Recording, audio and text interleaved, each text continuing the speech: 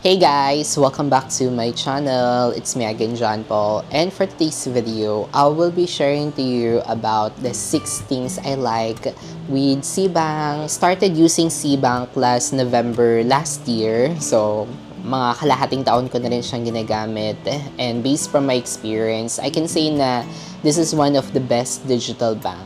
Ginawan ko din siya ng video before, pero dahil madami pa akong nakitang magaganda at nagustuhan kay Cbank, kaya naman I created another video for this review ng Cbank. So, number 1 that I really like with Cbank is yung kanyang interest. So, before mga palangga nung nag-join ako sa Cbank, yung inabutan kong interest is nasa 4.25% na lang. Pero ngayon, nasa 4% na lang yung kanilang interest. Ang kagandahan naman sa interest with Cbank is daily yung posting niya. And nakaka-motivate yung ganong option o yung feature ng mga savings account na nakikita mo talaga everyday na nag-grow yung pera mo. So, di bali, ginagamit ko itong Cbank mga palangga para in-store yung mga pambayad ko sa mga bills, sa mga regular monthly bills ko, especially sa mga credit card bills ko. So, ang ginagawa ko mga palangga dahil nga mini-make sure ko na meron na akong pambayad bago ko gamitin yung mga credit cards ko. So, instead na bayaran ko agad yung credit card ko, nantay ko muna yung statement bill o yung mismong SOA. At habang inaantay, so iniipon ko muna siya mga palangga sa Cbank nang sa gayon, kumita ng interest yung pag-iipon ko ng pera doon o yung pagtatabi ko ng pera kay Cbank. So, same din yung ginawa ko before nung nasa previous digital bank ko na si Maya Savings. Pero dahil nga sa mas limuot na pangyayari, kaya lumipat ako ng ibang digital bank. Pero ngayon, natutunan ko na hiwalay yung emergency funds ko at yung mga regular savings ko ng pambayad ng mga bills. So, ginagamit ko lang siya pang store ng mga pambayad ng mga bills para pagdating ng bill, pagdating ng pag-generate na ng SOA, so mas madali ko agad mabayaran yung mga bills ko kasi nasa isang digital savings lang siya. Plus, kumita pa ng interest yung pag-ipon or yung pagtatabi ko ng pera dito kay Cbank. O, di ba? Win-win talaga. Kumita na ako ng interest plus nag-earn pa ako ng points or rewards or cashbacks doon sa credit card ko. So, double-double yun. So, yung rewards sa credit card ko tapos yung pag-iipunan ko muna ng pera sa Cbank, so kumita pa siya ng interest. Kaya win-win talaga siya.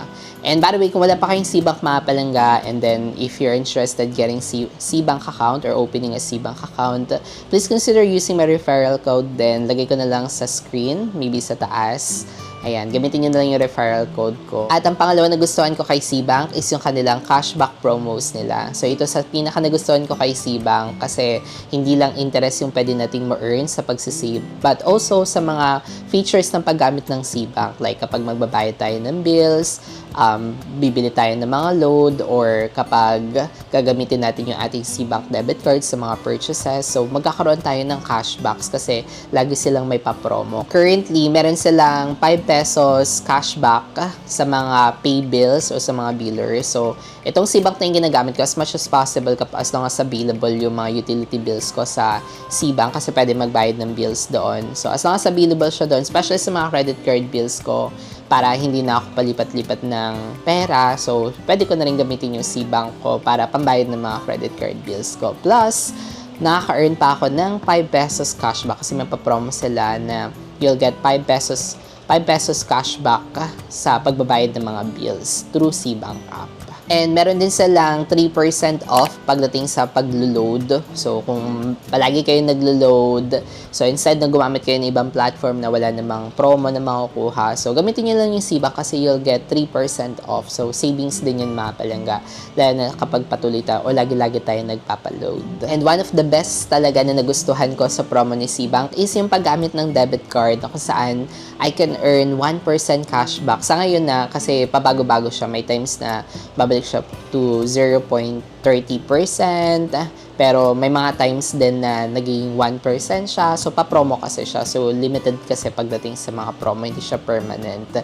Pero ngayon, as of this time na binablog ko ngayon, so 1% yung kanyang cashback sa paggamit ng debit card sa mga spending or purchases. Kaya sulit talaga kasi para siyang credit card na din na nare-rewardan yung mga purchases, yung mga spending natin kapag gagamitin natin yung SeaBank debit card. And by the way, kung umabot kayo sa part na ito mga palangga, please consider clicking that subscribe button and palike na rin po ng video na to para ma-recommend ni YouTube algorithm sa iba natin mga palangga itong video na ito. Singin ko lang tong vlog natin kasi wala na akong mga content. Charot! Nantok na ako. So, matutulog na sana ako. Nisip ko na lang na ayun, mag-film na lang para naman madagdagan yung ating video. At ang pangatlong nagustuhan ko kay SeaBank is of course ang kanyang debit card. So, sobrang nagustuhan ko talaga tong debit card nila mga palangga kasi nung in-avail ko siya, nasa 200 pesos. Tapos pagdating sa akin, mga 5 days ko lang siya inantay. And I was surprised kasi yung kanyang debit card mga palangga is numberless. If you can see the debit card, walang card number. Ang nandito lang is yung magnetic stripe, tapos yung pangalan ko, yung tap to pay logo, tapos sa harap naman is may nakalagay na SeaBank. Para may Mastercard siya. Ayun sa taas, may Mastercard logo. So, this is my first card or bank card na numberless. Kaya nakakatuwa talaga siya kasi sobrang secured and sobrang safe gamitin itong debit card na ito. Pero wala namang problem kapag gagamitin kong card sa mga in-store purchases like tap to pay or pag-insert ng card. So, wala namang problem kasi nga naset up ko naman yung PIN code nitong card na ito. So, wala namang problema. Pero kung gagamitin ko talaga yung mga card details like sa mga online purchases ko, so ma-access ko naman or nakikita ko yung mga details ng card ko doon sa SeaBank app. So, nakokontrol ko din doon kung pwede ko siyang i-lock or i-manage yung card ko. Kaya, ayun, for me, very safe and secure talaga yung ganitong feature. And based sa experience ko mga palangga, nagamit ko na tong SeaBank debit card sa pag-withdraw ng pera sa mga ATMs. And so far, never pa naman ako nagka-issues.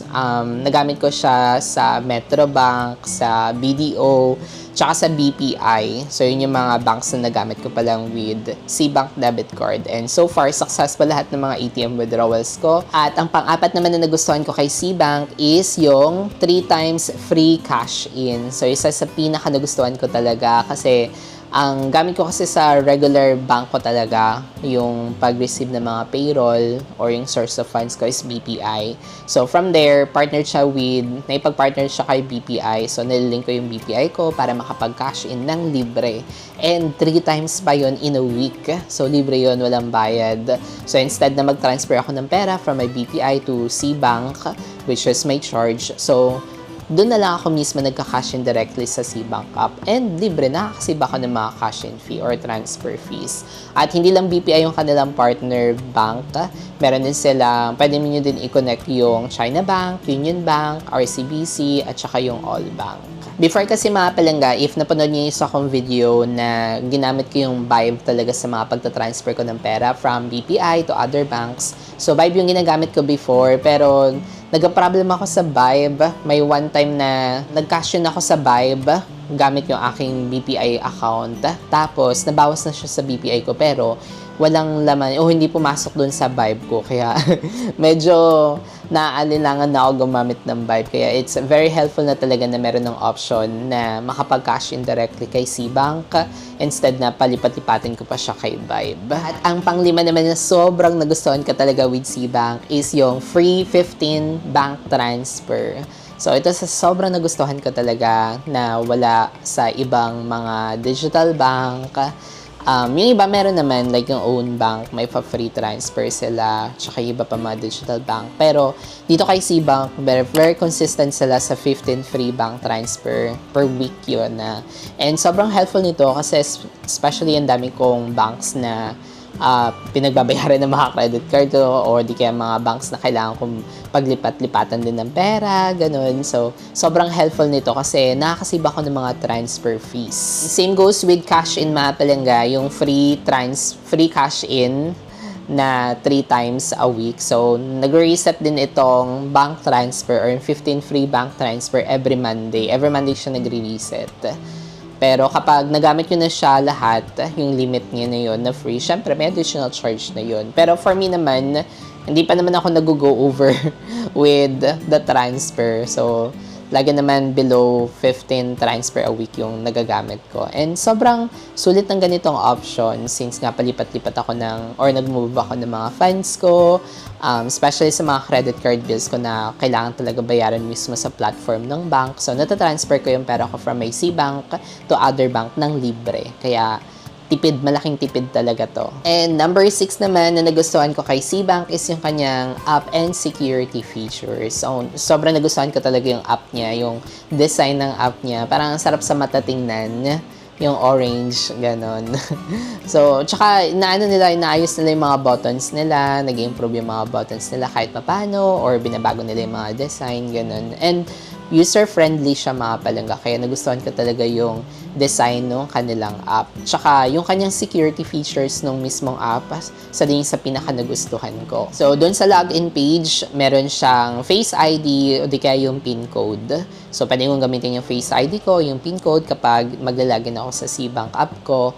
Plus, every time na magpa-process ako ng mga transaction like paying my bills o di kaya magta-transfer ako ng pera, hindi siya OTP, kundi PIN code na na-setup ko doon sa C-Bank. Kaya, ayun, ako talaga mismo yung nakakaalam ko ano yung mga transfer o yung movement ng pera ko. Kasi ako lang yung nakakaalam ng PIN code ko. And sobrang nagustuhan ko din yung pagsasend nila ng mga notifications sa email. Like, kapag may mga changes sa account ko, kapag magta-transfer ako ng pera, magbabayad ako ng mga bills, or kahit nga yung mga incoming funds, like makaka-receive ako ng deposits, nakaka-receive talaga ako ng notifications sa email ko. Kaya, sobrang, maganda. Kasi aware ako sa lahat ng mga activities na nangyari sa aking C-Bank account. Kahit hindi ko man tingnan yung C-Bank ko, kahit hindi ko man siya i-open, pero dahil nakaka-receive ako ng email notification, so aware ako kung ano yung mga nangyayari sa C-Bank account ko. Kaya, for me, maganda talaga yung ganitong feature. And lastly naman, sa nagustuhan ko na wala sa ibang mga digital bank is yung pagsaset ng limit.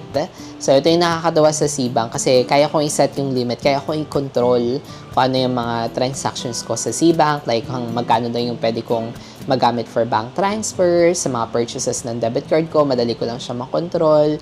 So, ganun. Sobrang smooth. Tsaka ako mismo yung talagang nag-handle. Yung ramdam na ramdam ko na ako yung nagko-control doon sa mga nangyayari o sa mga transactions ko sa app. Ayun, yun yung mga nagustuhan ko sa C-Bank. And so far, sabi ko nga, never pa naman nagka-issues with C-Bank. And again, ginagamit ko lang tong C-Bank talaga sa mga regular bills ko, like mga regular savings. Pero of course, nadala na rin ako na ihiwala yung emergency funds ko.